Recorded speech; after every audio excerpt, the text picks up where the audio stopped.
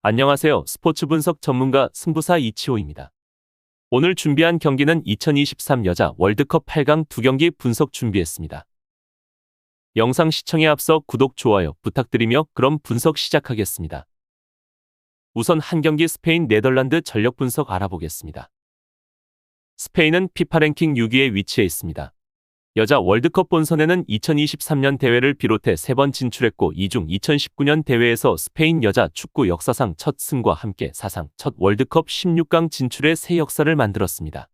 스페인은 이번 월드컵에서 높은 전력을 보여 월드컵 우승 후보로 꼽히고 있습니다. 한때 피파 여자 축구 올해의 감독 후보로까지 떠올랐던 호르헤 빌다 감독의 전략 또한 큰 영향을 미치고 있습니다. 이번 대회 스페인에는 헤니 에르모소, 알렉시아 푸테아스, 이레네 파레데스와 같은 월드클래스 선수들이 소속되어 있어서 선수단의 기술적 수준만 놓고 보면 대회 본선 진출 국가들 중 최상위에 속하는 수준입니다. 다만 이번 경기 상대인 네덜란드의 밸런스나 단단함은 스페인도 부담스럽기는 마찬가지일 것입니다. 일정 수준 이상의 팀을 만났을 때는 제법 어이없이 역습에 당할 수도 있다는 것은 이미 일본전 0대4 패배로 증명이 된 상태입니다. 게다가 지난 월드컵에서도 스페인을 탈락시킨 팀이 영원한 우승 후보 미국이었단 점입니다. 이 점을 고려한다면 여전히 스페인이 비슷한 전력을 가진 팀 혹은 상위 전력을 상대했을 때 결과를 가져올 수 있을지는 미지수로 보는 편을 추천하고 싶습니다.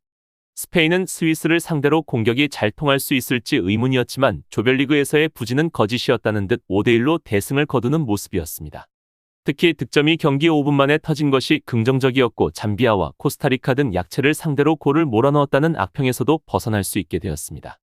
이번 대회 엄청난 득점력을 자랑하고 있는 스페인인데 현재까지 13골을 기록하며 굉장한 공격력을 자랑하고 있습니다. 특히 팀의 핵심 선수들이 다양하게 득점을 기록하고 있다는 점이 주목할 만한 부분이고 제니 헤르모소, 본마티, 레돈도 선수가 각 3골씩 기록하며 팀의 득점을 담당하고 있습니다. 스페인은 이번 경기 4-3-3 형태로 경기를 나설 것으로 예상되는데 이전 일본과의 경기에서 사용했던 전술과는 정반대인 형태로 나올 것입니다. 공격적인 전술을 가진 팀에게는 상당히 약한 스페인인데 이번 네덜란드는 공격적인 형태로 나올 가능성도 배제할 수 없기에 안정적인 운영을 선택으로 나올 것입니다. 이번 경기 특별한 이탈자는 없는 스페인이기에 스쿼드에 부담감은 없어 보입니다. 네덜란드는 피파 랭킹 9위에 위치해 있습니다. 월드컵 본선에는 2번 출전하여 처음으로 출전한 2015년 대회에서는 16강에 올랐고 그 다음 대회인 2019년 대회에서는 준우승을 차지하며 네덜란드 여자 축구 역사상 여자 월드컵 최고 성적을 기록했습니다.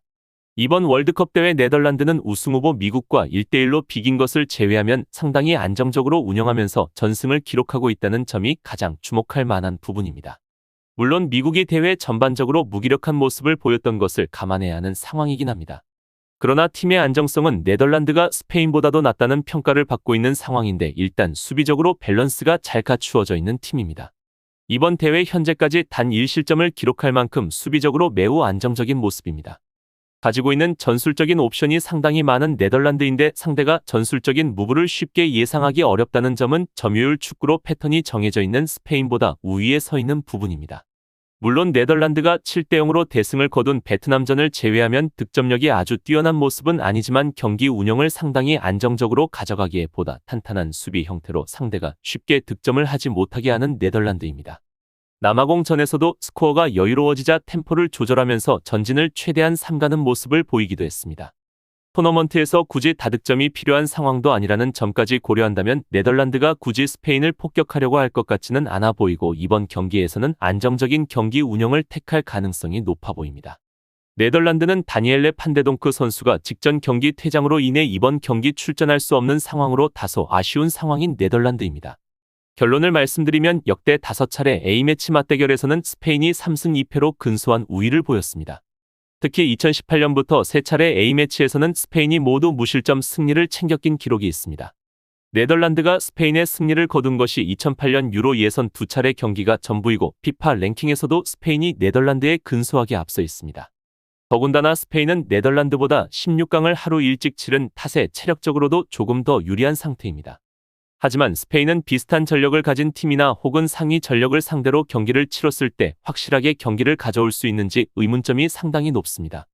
네덜란드가 가지고 있는 단단함과 전술적인 다양성을 고려해야 하며 스페인이 상대의 단단함을 공략하려다 높은 라인 리스크를 이기지 못할 가능성도 존재합니다. 따라서 이번 경기는 양팀의 안정적인 수비력을 보여줄 가능성이 높고 저득점의 양상속보다 탄탄한 수비력을 가지고 있는 네덜란드가 유리해 보이는 경기입니다. 다음으로 두 경기 일본 스웨덴 경기 전력 분석 알아보겠습니다. 일본은 피파 랭 11위에 위치해 있습니다. 여자 월드컵 8번의 본선 가운데 2011년 대회에서 사상 첫 우승컵을 들어올렸고 차기 대회인 2015년 대회에서는 준우승의 성과를 거두었습니다. 이번 대회 일본은 4경기를 치러 단 1실점을 기록했고 14골이라는 상당한 득점력을 보여주며 전승을 기록하고 있습니다. 특히 스페인을 상대로도 실점 없이 4골을 기록할 만큼 상당히 공격적인 모습을 볼 수 있습니다. 또한 16강에서 스웨덴이 영원한 우승 후보 미국을 꺾어주었고 120분의 혈투를 치른 상황이기 때문에 일본 입장에서는 체력적으로 유리한 면이 있다고 할 수 있을 것입니다. 한국이 보여주었듯 동아시아 팀들은 유럽의 체격과 파워에 고전하는 경우가 잦습니다. 그러나 일본은 피지컬이 좋은 노르웨이를 잡아내면서 유럽 팀에게도 밀리지 않는 모습을 보이고 있습니다. 물론 피지컬 면에서는 열세가 맞기는 하지만 이를 속도가 믿는 공격으로 풀어가는 중이고 일본 여자 축구 선수들의 기본적인 공간 이해 능력과 평균적인 팀의 스피드는 이번 대회에 참가하는 국가 중 가장 뛰어납니다. 대부분의 선수들이 활동 범위가 넓고 정확한 패싱 능력을 갖춘 점이 상당한 장점이고 이번 대회 어마무시한 경기력으로 강팀임을 증명하고 있습니다. 물론 지난 경기에서도 노르웨이를 상대로 6대4 수준의 점유율을 올리는 등 자신들의 플랜 A인 점유율 축구로도 경기력과 결과를 가져올 수 있음을 증명하는 모습이었습니다. 큰 기회를 모두 놓치지 않고 골로 연결하는 모습이 아주 인상적인 모습이고 미야자와의 5골 1도 없는 필두로 안정적인 전력을 가진 중원 자원들이 전반적으로 제 몫을 해주고 있습니다. 특히나 미야자와는 이미 일본 대표팀에서 26경기 중 8골 기록한 선수이고 이번 월드컵에서 유심히 볼 필요가 있는 선수입니다. 또한 다나카 미나도는 일본의 핵심 공격수로 평가받고 있는데 일본 프로축구 리그 소속에서 19경기 11골로 폭발적인 공격수이기에 기대할 만한 선수입니다. 일본은 이번 스웨덴과 경기에서 3-4-3 포메이션으로 자신들이 잘하는 빠른 스피드를 활용할 가능성이 상당히 높아 보이고 점유율을 높여 공격적인 모습을 보여줄 것으로 예상됩니다. 스웨덴은 피파 랭킹 3위에 위치해 있습니다. 초대 대회인 1991년 여자 월드컵을 시작으로 여자 월드컵 8번의 본선에 모두 출전하여 이 가운데 2003년 대회에서 준우승을 차지했고 3번의 대회에서 3위에 입상하는 등 유일하게 조별리그에서 탈락했던 2007년 대회를 제외한 모든 대회에서 꾸준히 토너먼트 진출에 성공했습니다. 스웨덴은 이번 대회 일본과 마찬가지로 패배가 없고 4경기에서 단 1실점을 기록할 만큼 특유의 탄탄한 수비력을 보여주고 있습니다. 이번 경기를 이기면 사상 첫 여자 월드컵 우승을 차지할 수 있게 되는 도전의 힘을 받게 됩니다. 스웨덴은 아직 강한 전력을 가진 상대에게는 점유율에서 밀리는 모습을 보여주는데 미국과의 경기에서도 미국이 경기 내내 스웨덴을 밀어붙이는 모습을 보여주었습니다. 결국 조별리그에서 보여준 미국의 결정력 난조가 아니었더라면 8강 진출을 담보하기 어려웠을 매치였을 것입니다. 이번 경기는 16강에서 승부차기를 겪었고 휴식일이 하루 적었다는 점도 고려해야 할 대목이라고 할 수 있을 것입니다. 스웨덴은 이번 경기 엄청난 공격력을 보여주고 있는 일본을 상대하는데 일본도 공격적인 축구를 구사하기에 미국전과 동일한 형태를 보여줄 가능성이 상당히 높습니다. 스웨덴과 일본과의 경기에서는 아무래도 중원 전력이 안정적이고 공격적인 일본이 주도권을 쥘 가능성이 높아 보입니다. 수비에 쓰는 에너지가 공격보다는 많을 수밖에 없는 상태로 보여지는데 결국 안정적인 경기 운영이라는 점에서 스웨덴이 후반으로 갈수록 열세일 가능성이 높을 것입니다. 스웨덴 팀의 특징은 개개인 선수의 역량보다 조직적으로 승부하는 팀이기에 굉장히 일본이 상대하기 까다로운 상대일 수도 있습니다. 하지만 스웨덴은 공격력에서는 일본보다 상대적 약한 전력은 사실이지만 스웨덴은 굉장한 조직적인 축구를 하기에 안정적인 수비 모습을 보여줄 것입니다. 스웨덴은 이번 경기 4-2-3-1 형태로 나올 가능성이 높아 보이는데 4명의 수비수를 두고 바로 위 엔젤달, 루벤손이 수비형 미드필더로 많은 움직임이 예상되고 다시 한번 미국과의 경기에서 보여주었던 탄탄한 수비를 재현하려 할 것입니다. 결론을 말씀드리면 역대 8차례 A매치 맞대결에서는 일본이 4승 2무 2패로 우위를 보였습니다. 다만 도쿄올림픽 8강전을 포함한 최근 2차례 맞대결에서는 스웨덴이 모두 완승을 챙기며 흐름이 다소 바뀌었습니다. 월드컵에서의 맞대결은 2011년 대회가 유일했는데 4강전에서 일본이 3대1로 이겼습니다. 이번 대회에서 일본이 보여준 흐름은 2011년 우승 당시를 떠올리게 할 정도로 굉장히 좋은 흐름이고 16강 이후 휴식도 하루가 더 길었습니다. 조금 더 좋은 상황 속에서 경기를 치르는 일본인데 이번 경기 역시 충분한 휴식 속 스웨덴의 수비 라인을 힘들게 할 가능성이 높아 보이는 경기입니다. 따라서 이번 경기는 스웨덴이 내려앉는 경기를 펼칠 가능성이 높기에 저득점의 경기 흐름 속 일본의 근소한 우세가 예상되는 경기입니다.